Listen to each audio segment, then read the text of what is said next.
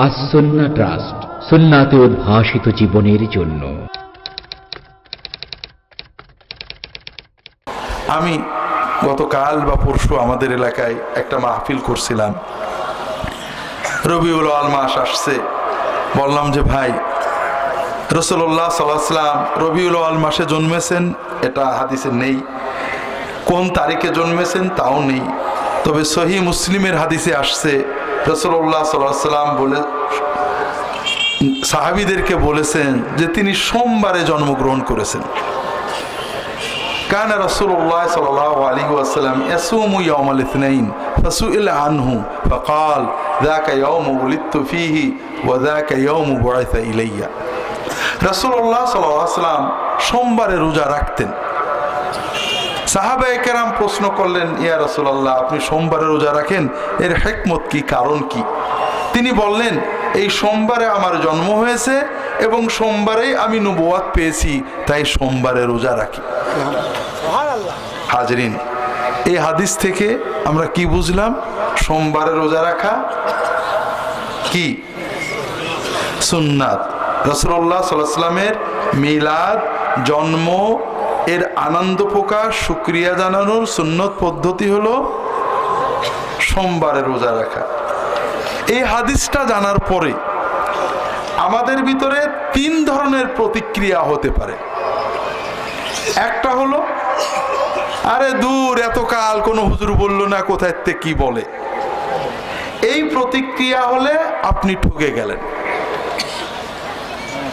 আর একটা প্রতিক্রিয়া হলো, কোনোদিন তো শুনিনি রাসূলুল্লাহ সাল্লাল্লাহু আলাইহি ওয়াসাল্লাম সোমবারে রোজা রাখতেন, সোমবারের রোজায় তার জন্মর কৃতজ্ঞতার শুকরিয়ার সুন্নত পদ্ধতি। এই হুজুর বলল, আচ্ছা আমি আরো দু একজন হুজুরের কাছে জিজ্ঞাসা করে দেখি,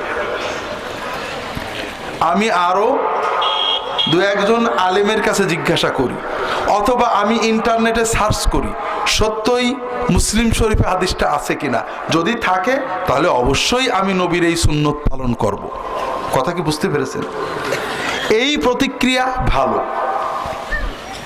আর একটা প্রতিক্রিয়া, যে আলেম বলল, তারপরে যদি আস্থা থাকে যে না, উনি হাদিসের কথা যা বলে মোটামুটি ঠিক বলে, সঙ্গে সঙ্গে সিদ্ধান্ত নেওয়া যে ইনশাআল্লাহ আগামীকাল সোমবার থেকেই আমি যে কয় সোমবার পারি রোজা রাখবো। কথা বোঝেননি? তাই আমি পরশুদিন প্রশ্ন করছিলাম যে ভাই, এই হাদিসটা শুনে সোমবারে রোজা রাখার নিয়ত কে কে করেছেন? তখন কেউ হাত তোলেনি। কারণ আসলে আমরা শুধু শুনতে চাই, মানার চিন্তাটা আসতে চাই না। কিন্তু আমি যখন স্টেজ থেকে নামি, আমার এক ভাই এসে বলছে যে হুজুর, নিয়ত করেছি আমি এখন থেকে সোমবারে রোজা রাখবো। আমি বললাম মাঝে মাঝে রেখেন। বলে না হুজুর, প্রতি সোমবারে ইনশাআল্লাহ রাখবো। পাশাপাশি বৃহস্পতিবারেও রোজা রাখবেন যদি পারেন। আল্লাহ রাসূল সাল্লাল্লাহু আলাইহি ওয়াসাল্লাম বলেছেন, তিনি সোম এবং বৃহস্পতিও রাখতেন। তিনি বলেছেন যে সোম এবং বৃহস্পতিবারে আল্লাহর কাছে বান্দার আমল পেশ করা, আল্লাহ সব জানেন, তারপরেও বান্দার আমল আল্লাহর কাছে ফেরেশতারা পেশ করেন।